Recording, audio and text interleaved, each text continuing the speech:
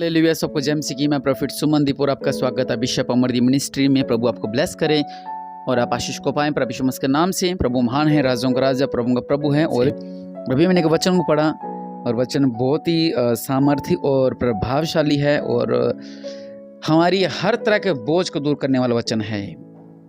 भजन संहिता 68 की 19 में लिखा हुआ है कि धन्य है प्रभु जो प्रतिदिन हमारा बोझ उठाता है।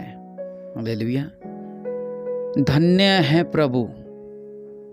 इसमें बहुत गहरी बात लिखी इस वचन के अंदर।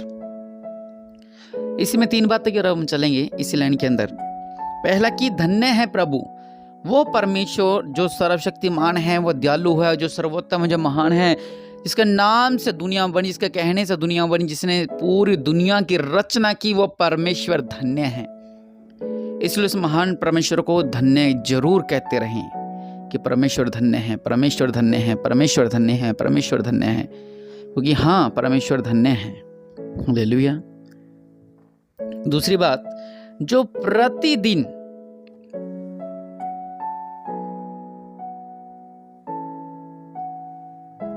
एक दिन नहीं, 2 दिन नहीं, 3 दिन नहीं, 4 दिन नहीं, 1 साल नहीं, 2 साल नहीं, 50 साल नहीं, 100 साल नहीं, बल्कि प्रतिदिन, फिर से पढ़ेंगे कि धन्य है प्रभु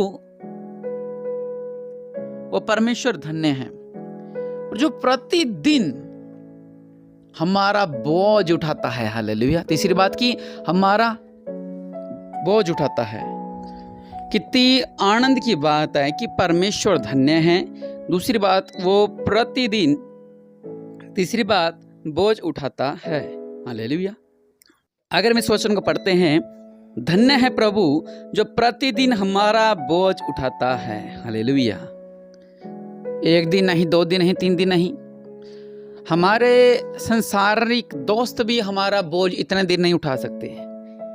हमारे रिश्तेदार भी इतना बोझ नहीं उठा सकते। अगर हम कहीं रिश्तेदारी पे चले जाते हैं, वहाँ पर सेटल होने की कोशिश करते हैं, तो भी साल 1.5 साल बाद वो भी परेशान हो जाते हैं। और अगर हमें किसी को हम अपनी बात बताते हैं अपने जीवन की कि मेरे पे ये कष्ट है, मेरे पे ये मुसीबत है, ऐसा अपना दुखड़ा हम रोते हैं, तो जिसको सुना रहे होते हैं वो भी इंटरेस्ट नहीं देता। वो क्या कहता है, इनका तो हमेशा का ही है, आज फिर कल फिर, आज फिर कल फिर। वो भी इतने दिन हमारे साथ नहीं रहता, क्योंकि हम चाहते हैं कि हम किसी के साथ अपनी बात शेयर करें। जब हम बात शेयर नहीं कर पाते, वो बात अंदर ही अंदर घुटती घुटती, अंदर ही अंदर दबते, अंदर ही दबते, अंदर ही दबते एक क्रोध बन जाता है, एक दुश्मनी बन जाती है, एक समझ लो ऐसा कि बस मैं शेयर नहीं कर सकता, ऐसा हो जाता हमारे जीवन के अंदर। अगर हम अपनी बात क्लियर करते हैं किसी के साथ, बात उसको अपनी हम बात बताते हैं कि मेरे पे ये मुसीबत है, मेरे साथ ऐसा ऐसा ऐसा ऐसा, तो हम अपने आप को थोड़ा हल्का फील करते हैं। अगर हम आत्मिक बात करें, तो जब संसारिक में हम बात शेयर करते हैं, तो संसार से वाले लोग हमारे साथ रिस्पॉन्स हमें नहीं देते हैं, हमें अच्छे से हमें हैंडल नहीं करते हैं। हम अपना बोझ हल्का करना चाहते हैं। परिवार को लोग भी क्या रहते हैं, मम्मी तेरा तो दिल्ली का है, पापा तेरा तो दिल्ली का है।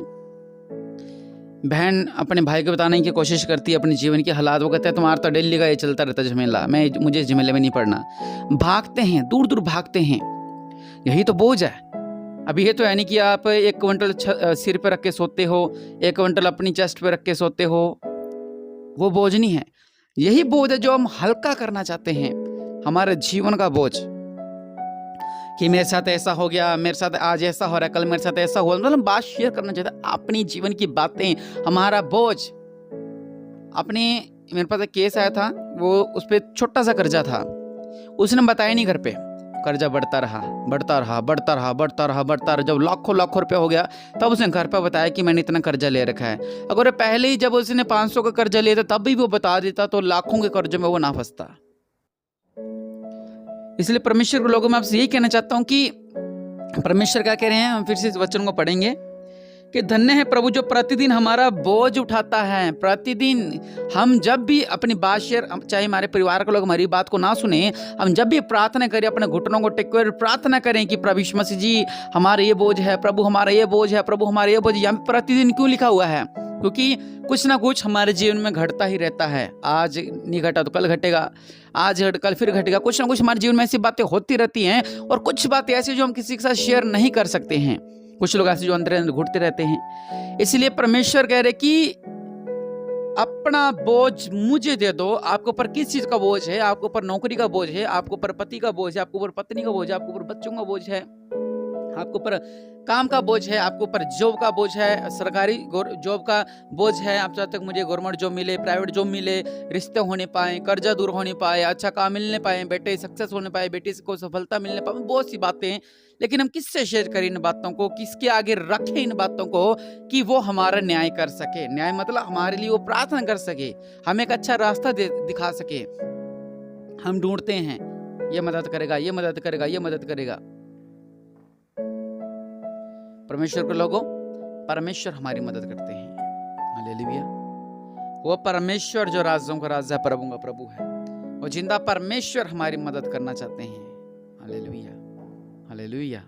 वो प्रभु महान है, वो सर्वशक्तिमान है। हालेलुया। वचन कहता है कि धन्य है प्रभु जो प्रतिदिन हमारा बोझ उठाता है। वही हमारा उद्धार करता परमेश्वर है। हालेलुया। वही हमारे लिए बचाने वाला परमेश्वर ठहरा, क्योंकि प्रभु हमें मृत्यु से भी बचाता है। हालेलुया। आप पढ़ सकते इस वचन को, बहुत अच्छा वचन है। और मैं आपको इस बात पर लेके आना चाहता हूं कि हमारा बोझ हम किस पे रखें। बहुत से लोग मसीह में हैं, उनको पता नहीं कि हम हमारा बोझ किस पे रखें। बहुत से लोग परमेश्वर में हैं, वो सोचते हैं कि हम हमारा बोझ किस पे रखें। कौन हमारी मदद करेगा, कौन हमारी मदद करेगा, कौन हमारी मदद करेगा, कौन हमारी मदद करेगा। तो परमेश्वर के लोगों, परमेश्वर आपकी मदद करना चाहते हैं। अपना बोझ आप परमेश्वर पर डालें। हालेलुया। अपना बोझ यहोवा पर डाल। हालेलुया। हमें हमारा बोझ परमेश्वर पर डालना है। उस परमेश्वर पर डालना है जो जिंदा परमेश्वर है। उस महान परमेश्वर पर डालना है जो हमारी प्रार्थना को सुनता है। उस परमेश्वर पर डालना है जो हमारी हर एक बात को सुनते हैं, हमें उत्तर देते हैं। अगर आप अपना बोझ रिश्तेदारों पर, अपने दोस्तों पर डाल रहे थे, तो आज से नहीं, आज आप अपना बोझ परमेश्वर पर डालकर देखें, आपको बहुत शांति मिलेगी। भवन में, चर्च में जो भी लोग आते हैं, कहते हैं हमें बहुत शांति मिली है यहाँ पे, हमें बहुत अच्छा मिला यहाँ पे, हमें बहुत अच्छा लगा यहाँ पे, क्योंकि वहां पर शांति है। परमेश्वर कह रहा है कि मैं अपनी शांति तुम्हें देता हूं। इसलिए अपनी आंखों को बंद कर प्रार्थना करेंगे, प्रभु जी आज मैं मेरा बोझ अपने रिश्तेदारों को देता था, अपने दोस्तों को देता था, अपने मित्रों को देता था, अपने खास लोगों को देता, लेकिन आज से मैं अपना बोझ आप पर दे रहा हूं मेरे पिता। आ मेरे बोझ को उठा ले मेरे पिता, आ मेरे बोझ को उठा ले मेरे पिता, आ मेरे बोझ को उठा ले मेरे पिता। परमेश्वर प्रभु और रवासी लिखिर बिनामा, दया करने वाले परमेश्वर प्रभु, आपके नाम से मेरे पिता इनके बोझ को उठा ले मेरे पिता। परमेश्वर प्रभु आप सब कुछ करने वाले परमेश्वर है मेरे पिता, इनके बोझ को उठा ले मेरे पिता। परमेश्वर इनका जैसा मर्जी बोझ हो मेरे पिता, जितना मर्जी बड़ा बोझ हो मेरे पिता, आप उस बोझ को उठा ले मेरे पिता। परमेश्वर प्रभु जी उस बोझ को उठा ले मेरे पिता, उस बोझ को उठा लो मेरे पिता, उस बोझ को उठा लो मेरे पिता। परमेश्वर प्रभु जी इनकी चिंताओं को उठा लो मेरे पिता। परमेश्वर प्रभु इनके बोझ को उठा लो मेरे पिता। परमेश्वर प्रभु जी इनके बोझ को उठा ले मेरे पिता। परमेश्वर प्रभु सब कुछ करने वाले परमेश्वर हैं, इनका जीवन में अद्भुत कार्य करो मेरे पिता। इन्हें ब्लेस कर मेरे पिता। परमेश्वर प्रभु इन्हें ब्लेस करो मेरे पिता। परमेश्वर प्रभु इन्हें ब्लेस करो मेरे पिता। परमेश्वर प्रभु जी इन्हें ब्लेस करो मेरे पिता। परमेश्वर प्रभु जी इन्हें ब्लेस करो मेरे पिता। ओ रवसल्ला खरवनम, दया करने वाले परमेश्वर प्रभु जी इन्हें ब्लेस करो मेरे पिता।